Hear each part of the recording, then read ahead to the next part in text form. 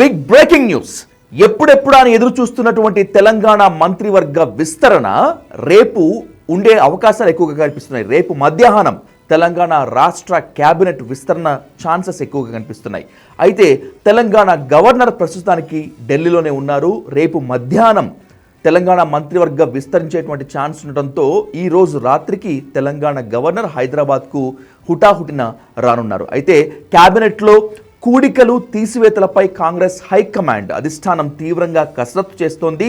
ఇద్దరు మంత్రులను తప్పించేటువంటి ఆలోచనలో కాంగ్రెస్ హైకమాండ్ ఉన్నట్లు మనకు క్లియర్ కట్గా తెలుస్తోంది. అయితే సామాజిక న్యాయ కూర్పులో భాగంగానే తీసివేతలు కూడికలు అంటే మార్పులు చేర్పులు ఉండేటువంటి ఛాన్స్ ఉంది. ఇద్దరు మంత్రులని తీసేస్తారా లేకపోతే ఇద్దరు కొత్త మంత్రులకు ఛాన్స్ ఇస్తారా అనేటువంటిది ఇప్పుడు హాట్ టాపిక్. దీంతో పాటు డిప్యూటీ స్పీకర్ నియామకం కూడా పూర్తి చేసేటువంటి ఆలోచనలో సీఎం రేవంత్ రెడ్డి అలాగే కాంగ్రెస్ హైకమాండ్ ఉన్నట్లు మనకు కనిపిస్తోంది. అయితే ఇప్పుడు ఆ ఇద్దరు మంత్రులు కనుక చేర్చుకుంటే ఏ ఏ సామాజిక వర్గాలకి ఛాన్స్ ఇస్తారు అనేటువంటిది కూడా చాలా $1 మిలియన్ ప్రశ్న. మాదిగ లంబాడి సామాజిక వర్గానికి చెందినటువంటి వాళ్ళకి మంత్రివర్గంలో చోటు కల్పించాలని చెప్పి తెలంగాణ సీఎం రేవంత్ రెడ్డి హైకమాండ్ను విజ్ఞప్తి చేశారు, హైకమాండ్ కోరారు.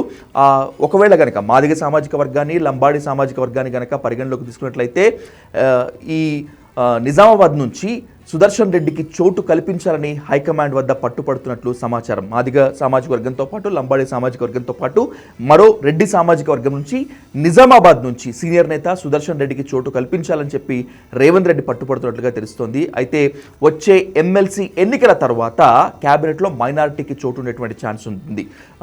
ముస్లింలకి కూడా సమ ప్రాధాన్యత ఇవ్వాలని చెప్పి డిమాండ్ ఉన్నటువంటి నేపథ్యంలో ఈ డిమాండ్ని, ఈ లోటుని వచ్చే ఎమ్మెల్సీ ఎన్నికల తర్వాత భర్తీ చేసేటువంటి ఛాన్స్ ఉంటుంది. అయితే కొత్తగా క్యాబినెట్లోకి ముగ్గురికి చోటు, వాకటి శ్రీహరి మాదిగ మాలా సామాజిక వర్గం నుంచి క్యాబినెట్లోకి చోటు కల్పిస్తారా లేకపోతే ఏంటనేటువంటిది మొత్తం అంతా కూడా ఇప్పటికీ కాస్త గజిబిజిగానే ఉంది.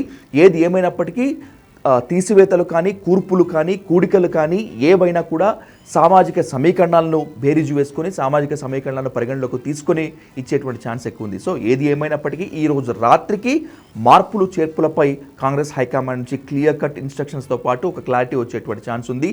హైకమాండ్ నుంచి ఆ క్లారిటీ వచ్చిన తర్వాత ముందుగా మనం చెప్పుకున్నట్లు మాదిగ సామాజిక వర్గం నుంచి, లంబాడి సామాజిక వర్గం నుంచి లేదా బీసీ సామాజిక వర్గం నుంచి, రెడ్డి సామాజిక వర్గం నుంచి ఎవరెవరికి ఏమిస్తారు, ఈ 4 సామాజిక వర్గాలనే పరిగణలోకి తీసుకుంటారా లేకపోతే మరొక సామాజిక వర్గాన్ని పరిగణలోకి తీసుకుంటారా, సీఎం కోరిక మేరకు నిజామాబాద్ నుంచి సుదర్శన్ రెడ్డికి ఛాన్స్ ఇస్తారా లేకపోతే మరికొన్ని కొత్త పేర్లు తెరపైకి వస్తాయా అనేటువంటిది ఇప్పటి వరకు అనేక ఉత్కంఠ రేపుతుంది. సో ఏది ఏమైనప్పటికీ రేపు మధ్యాహ్నం కల్లా మంత్రివర్గ విస్తరణ ఉండేటువంటి ఛాన్స్ ఉంటుంది.